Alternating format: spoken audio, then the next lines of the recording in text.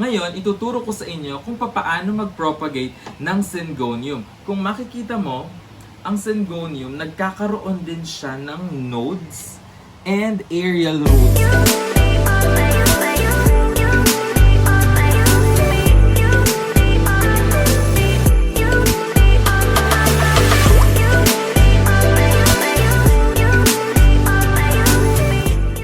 Hi guys, I'm G of Lush Lifestyle Plants and welcome back to our official YouTube channel, Lush TV. So for today's episode, ang pag-uusapan natin ay Syngonium. Ang common name niya is Arrowhead plant. Kaya siya tinawag na Arrowhead plant ay dahil hugis spade yung mga dahon niya. So first, yung light condition nila. Ang kailangan ng mga Syngonium natin ay medium to bright in direct light. Actually, kaya nilang i-tolerate yung low light condition pero hindi sila magta-thrive. Meaning to say, hindi sila lalago and hindi sila gaganda ng ganito kaganda. Para gumanda ng ganito yung Syngonium ninyo, kailangan medium to bright in direct light, maliwanag yung kwarto na paglalagyan mo sa kanila. So, bawal din siya sa direct sunlight dahil masusunog yung dahon niya. Kung gusto mo siyang paarawan, yung early morning sunlight lang and mga 20 to 30 minutes mo lang siya expose para hindi harsh yung sunlight and hindi siya masunog. Okay? So, bawal sa direct sunlight. Next naman is watering. So, itong Syngonium, gusto niya na medyo moist yung lupa niya. Hindi siya dapat dry out completely bago mo siya diligan ulit. Medyo partially dry, I'd say na mga 75% dry siya bago mo siya diligan ulit. Maganda na makagamit ka ng moisture meter para ma-monitor mo regularly na moist pa yung lupa dahil mas gusto niya yon. Sa humidity naman and temperature, wala kang magiging problema sa Syngonium dahil average humidity and average room temperature lang ang kailangan sa kanila. So generally speaking, hindi naman talaga mahirap alagaan yung Syngonium. And even sa fertilizer, pwede mo rin siyang lagyan ng slow release na fertilizer and kami ang ginagamit namin ay organic liquid fertilizer. Ngayon, ituturo ko sa inyo kung paano mag-propagate ng Syngonium. Kung makikita mo, ang Syngonium, nagkakaroon din siya ng nodes and aerial roots. Kaya madali din siyang i-propagate.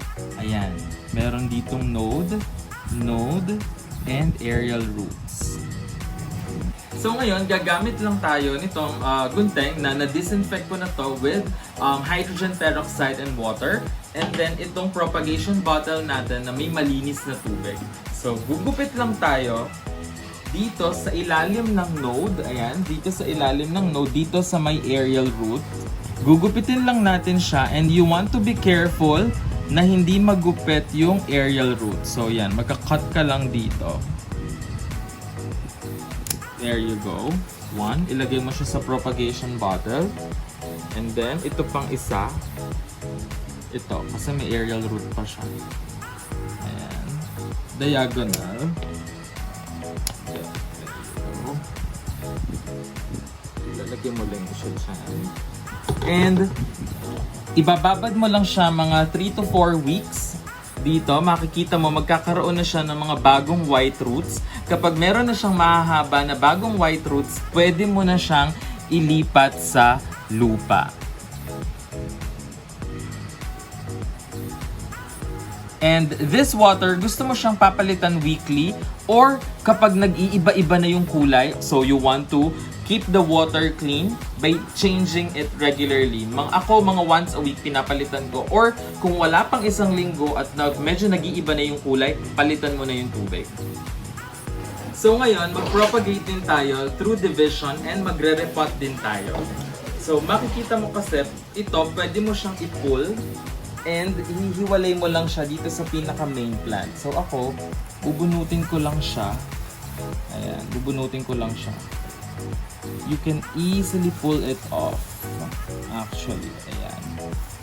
Ay, ang haba. Ayan. And nakita mo, ayan na yung roots niya. Ayan. And then, ilalagay ko siya dito. Lagyan lang natin ng konting soil muna to.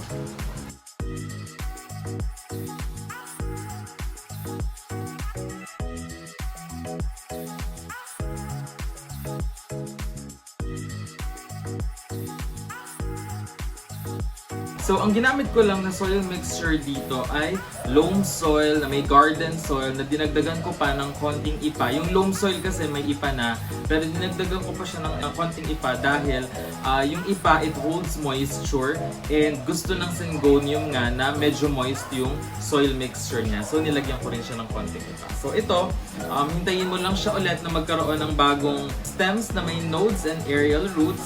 Babad mo sa tubig. Ito siguro kapag nagkaroon na siya ng mga ugat, pwede mo siyang ilagay, it's either na i-pot mo siya separately or i-add mo din siya dito para mas maging lush yung Syngonium mo.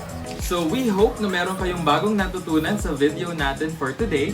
If you have questions, let us know on the comment section. Binabasa namin yan and sinasagot namin sila lahat. So thanks for watching and see you on the next video.